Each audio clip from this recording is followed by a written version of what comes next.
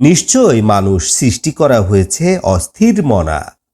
যখন কোনো ক্ষতি তাকে স্পর্শ করে তখন সে ছটফট করে, এবং যখন সে কল্যাণ লাভ করে তখন সে উহা আবদ্ধ করে রাখে।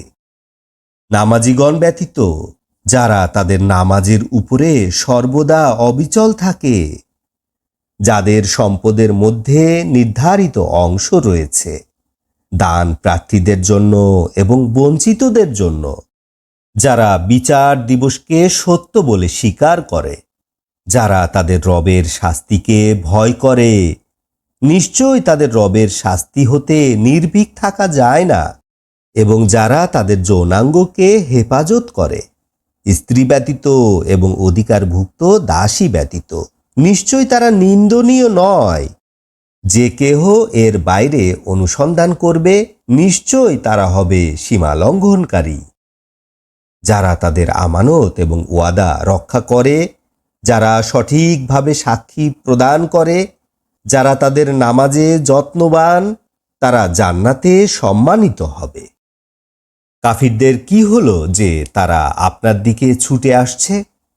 ডান দিক থেকে এবং বাম দিক থেকে দলে দলে তারা প্রত্যেকে এই আশা পোষণ করে যে তারা নিয়ামতে পরিপূর্ণ জান্নাতে প্রবেশ করবে।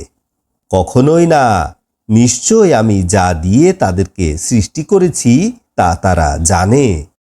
আমি শপথ করছি উদয়স্থল সমূহের রবের এবং অস্তস্থল সমূহের রবের, নিশ্চয় আমি ক্ষমতাবান। আমি ক্ষমতা রাখি তাদেরকে পরিবর্তন করে উত্তমদেরকে আনয়ন করতে। আমি অক্ষম নই।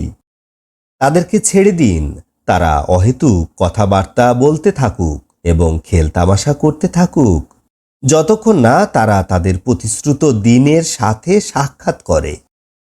যেদিন তারা তাদের কবর হতে দ্রুত বের হয়ে আসবে, মনে হবে তারা যেন তাদের মূর্তির দিকে দৌড়াচ্ছে। তাদের দৃষ্টি থাকবে নিচের দিকে, অপমান তাদেরকে বেষ্টিত করবে। ইহা হচ্ছে ওই দিন যা তাদের সাথে ওয়াদা করা হয়েছিল।